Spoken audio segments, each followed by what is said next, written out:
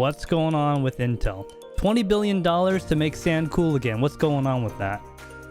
Yeah, so Intel basically announced that they're going to be spending $20 billion on a 1,000-acre plot of land in Ohio, and it's going to be a site for two semiconductor chip manufacturing plants, with the potential of expanding it to 8 in time. 8 plants?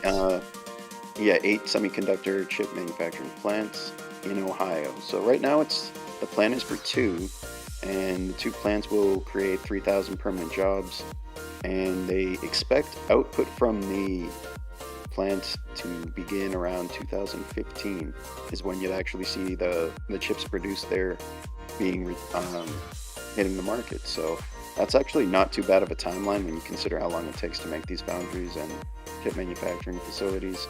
So I'm thinking Intel right now, they do like to have control over their production. They're not usually hiring out to other companies, but for the new GPUs that are on the horizon made by Intel, they are being made by TSMC. So I'm wondering if this new facility is going to be a combination of CPU and GPU chips, which would make a lot of sense to keep things, in-house so that they have ultimate control over what happens. But TSMC has so much on their plate right now, load from contracts from anywhere from AMD, NVIDIA, and auto manufacturers. Basically everything goes through TSMC right now. So the more Intel can do on their own, the better.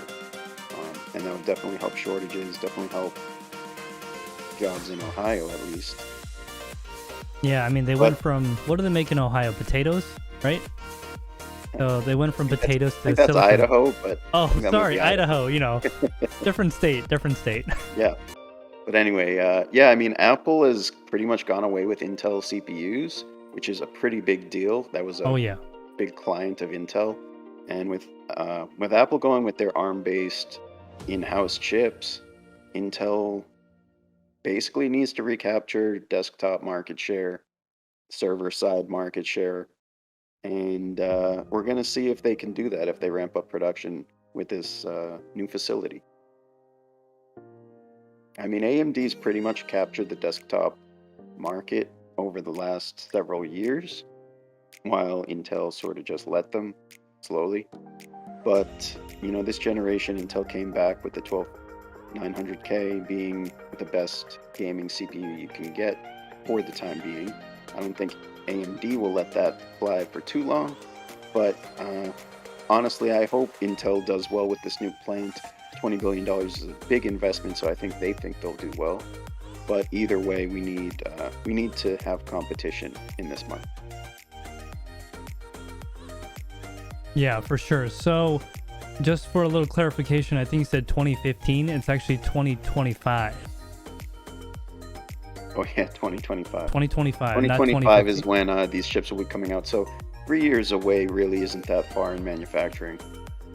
Yeah, I mean, so Intel has actually been one of the few few people that make silicon-based products that have their own fabs. So like, I believe AMD does not have their fab anymore.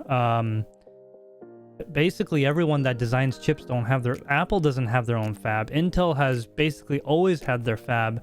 I know they're outsourcing some of it right now due to production limits and whatnot, because they still got to make all them computer chips.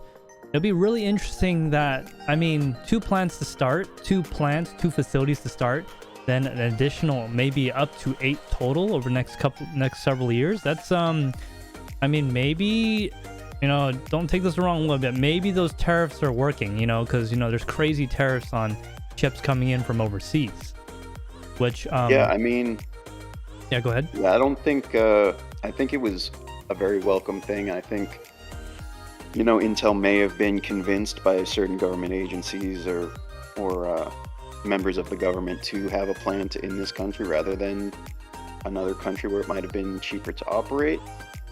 But I think it's a good thing for the country. I think it's a good thing for Intel.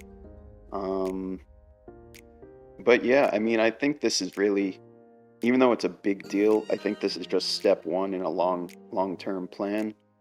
So it will take probably the next 10 years to really see what this does to the market. But yeah, I mean, I think if Intel is making GPUs that are even somewhat decent, they're going to want to take that control back and be manufacturing them themselves rather than sending out to TSMC for them. And that's just a matter of control and profit. Yeah, I mean, the fact that they could have their own controls, so for example, if TMC has a big order for chips from, I don't know, a phone maker or whatever, they don't have to compete with that space anymore. It's their own fab. They could kind of do what they want. Well, within the business reasons, but they no longer have to be like, oh, we have to delay the release of this Core i9 XC32 or whatever because there's not enough manufacturing production capability. Now they could just be like, yeah, let's do it. And that could potentially lead to better upgrades faster. Since we're on 14 nanometer plus. Anyone get that? So, that's pretty interesting. Did you have anything else about that Intel stuff? No, that pretty much covers it. This is a recent announcement, so that is pretty much all we know right now. But they are said to be getting started on it very, very quickly. They'll be rolling out chips pretty much before you know it. This will be a topic of what they're manufacturing rather than what they're going to manufacture. That's pretty cool because I do like the idea that it's in the States, so to speak, because we do consume a ton of chips here. I'm wondering, so excuse me guys, still recovering from that human malware. So I do wonder though, the demand for chips as it is right now is not going to be the same going forward, in my opinion. This is a kind of a transitional period. So the fact that they're bringing more fabs online in the United States, is that like a long-term maybe outlook, thinking that they're trying to hedge their bets, saying that the tariffs are not great for business and all that good stuff, so they're making them locally? They've given up a ton of market share to AMD, particularly in the desktop and laptop space. And they've lost Apple as essentially a client, also a partner.